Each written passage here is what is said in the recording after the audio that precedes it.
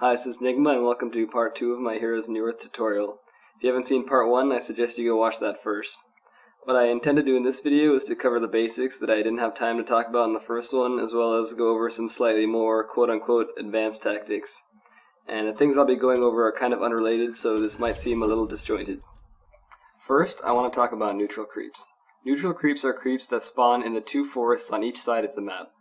On your mini-map, you can see neutral creep camps in the form of yellow, darker yellow, orange, and red dots. Yellow camps spawn the weakest creeps, and red camps spawn the strongest. There are pros and cons of fighting neutral creeps. The advantages lie in the fact that you gain all the gold from killing these creeps because you are the only one fighting them. Your enemy doesn't have vision over you, so you are less likely to be ganked.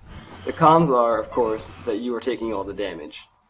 Because of this, most heroes tend to begin killing neutral creeps in the forest later in the game. However, there are certain heroes that can go in the forest and kill neutral creeps as early as level 1, instead of going to a lane. This is called jungling, and is mostly done by heroes that can either summon or convert creeps to fight for them. When converting neutral creeps, it's important to remember that most boss neutral creeps come with useful abilities or auras. Neutral creeps respawn every minute mark unless there is a hero or a ward in the way. Next, I want to talk about barracks. When teaming up and attacking the enemy base, also called pushing, your main focus is to destroy the enemy's ranged and melee barracks. Should your team, for example, destroy the enemy's melee barracks in middle lane, your own melee creeps in middle lane become much stronger, permanently. The same goes for the ranged barracks. Because of this, destroying barracks is extremely vital to winning the game.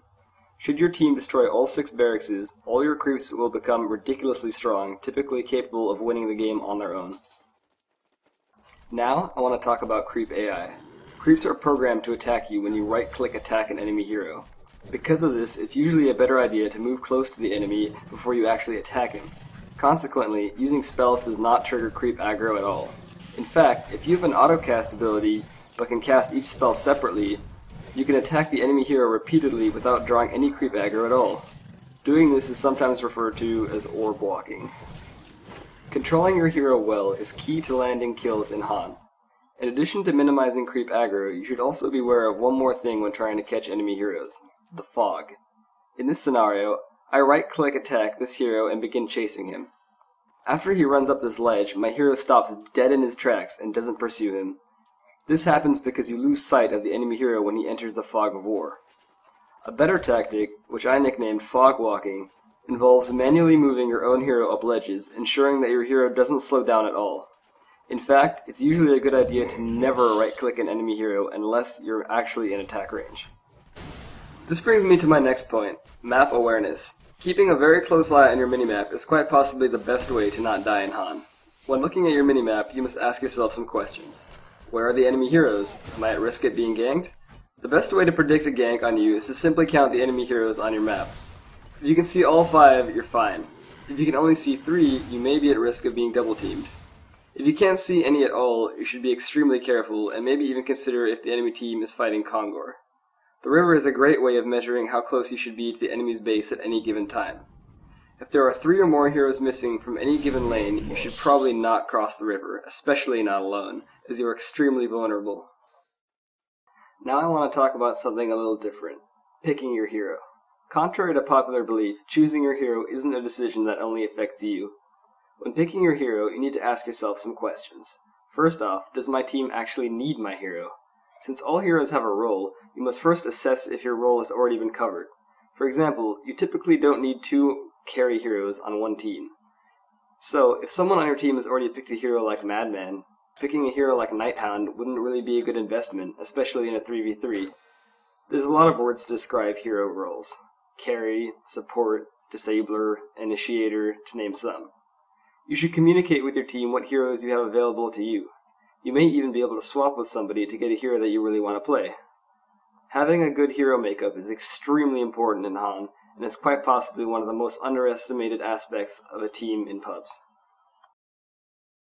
You should also ask yourself if the hero you are picking is easily countered by a hero that the enemy has. While for the most part you can't directly counter a hero, certain heroes face extreme disadvantages against others. For example, Pestilence has an ability which keeps invisible units visible, so in that case, you would not want to pick heroes such as Scout or Nighthound. because they would be at a large disadvantage all game. Consequently, it's a good idea to pick your heroes when the timer is running low. This ensures that your enemy won't have enough time to think about what hero he should pick to counter yours. Another thing worth mentioning is the controls menu. Some people don't know it, but you can actually customize almost any action to any button in Han. For example, if you're tired of hitting Alt and Q or Alt and W and so on to use activated items, you can bind your items to numbers or other buttons. One more out-of-game thing I should mention is PSR. PSR stands for Player Skill Rating, and is a 4-digit number that Han rates you with. Currently, PSR is calculated by winning or losing, but it's subject to undergo changes in the near future, so I won't go into details, because it's probably just going to get changed soon anyways. In any case, the higher your PSR, the better. One last advanced strategy I want to mention is creep blocking. Honestly, creep blocking isn't very important, and you shouldn't worry about it if you're new to the game. But what it is that when the game starts, you physically block your own creeps, slowing them down.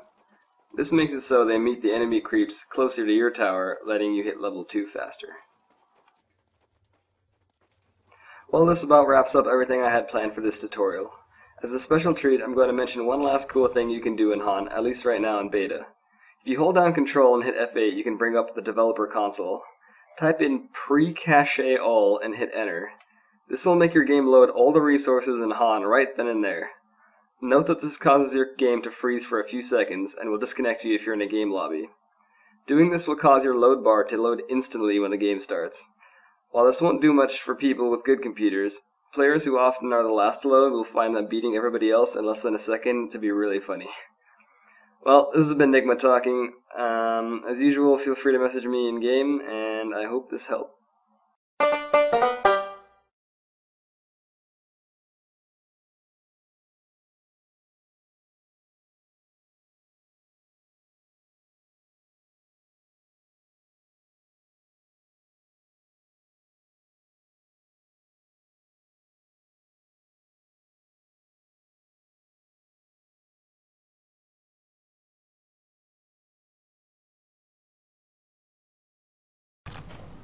This brings me to my next point, map awareness.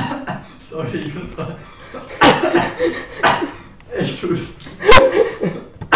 You're such a goddamn piece of shit.